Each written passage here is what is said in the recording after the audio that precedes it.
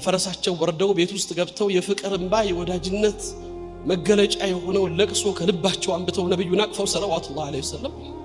والله يا رسول الله ሁለት ሞት አይሞቱም አንዱን ሞት ሞተዋል ከዚህ በኋላ እርሱ ላይ ሞት የለም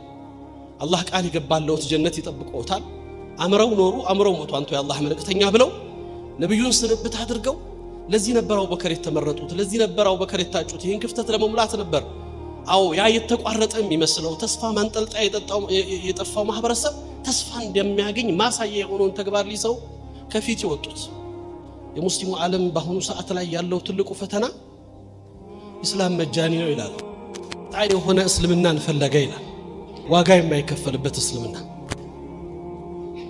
ራስን የማያሰጥ እስልምና ጥቂት ነገር ለማቀበል ጥቂት ነገር ለመወሰን የማያስደፍር እስልምና ብቻ ፈለገ ይሄ ነው ዛሬ ያለውን መከራ ያከበደው ወይም ደግሞ ፈተናችንን ያረዘመው ነፃ የሆነ እስልምናን በሚፈልጉ ትውልድ ጥቂቶች ደግሞ ዛሬም የጽናት ተምሳሌት የጥንካሬ ማሳያ የእውነት የአቋም የጽናት ተምሳሌዎች ሆነው ገዛ ላይ ቆመዋል እኔ ይህን ተሳስብ አሁን መድረኩ ላይ የወጡትን የገዛን ተምሳሌቶች ስመለከት መለስ ብለን ታሪካችን እንድናስታውስ የተፈጠረውን የመሪ ክፍተት ዛሬም መከራ ቢደርስ መሻገር እንደሚቻል ማሳያ የሆኑትን ታላቅ ነብዩ መሐመድ ሰለላሁ ዐለይሂ ወሰለም በዛ ማህበረሰብ ውስጥ ያሳረፉትን ተጽዕኖ ለማየት የነብዩ ህልፈት ላይ መለስ ብላችሁ ተመልከቱ ብዙ ጊዜ አሁንም የተጎዳ ነው እነዛም የጦላይ ጥላ ሙስሊሞች የተጎዱት ዛሬም የገዛ ወንድሞች ፈተና ላይ የወደቁት እነዚህ ወንድሞቻችን ይደርሱልናል ብለው ነው መሲራችንን በሰዎች ላይ ስናንጠለጥል ጉዳዮቻችንን በሰዎች ላይ ስናቁ ያው የሱነተል ሐያት ነው የህይወት ሱና ሆኖ ሚስት ያለ ባሏ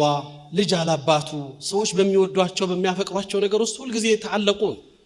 ህይወት ከነሱ ውጭ ባዶ እንደሆነ ያምናሉ ተስፋ እንደሌለውም ይስላሉ እነሱ ካለፉ እነሱ ከጠፉ ሁሉ ነገር እንደሚቋረጥም ያምናሉ በታሪካችን ማሳያዎች የነብዩ መሐመድ ሰለላሁ ዐለይሂ ወሰለም ህልፈት ይሄንኑ ነው ያሳየው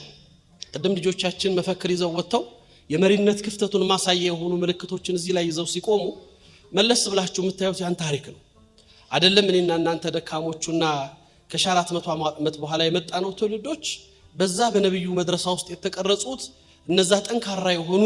የእምነት ማሳያ የሰውነት መለኪያ የሰው ልጅ ሞዴል ተደርገው ለነብዩ መሐመድ ሰለላሁ ዐለይሂ ወሰለም ጓደኝነት የታጩት ሰሃባዎቹ እንኳን የደረሰባቸው ፈተና ከባድ ነበር ሁሉም ሰው በህይወት መስይሩ ላይ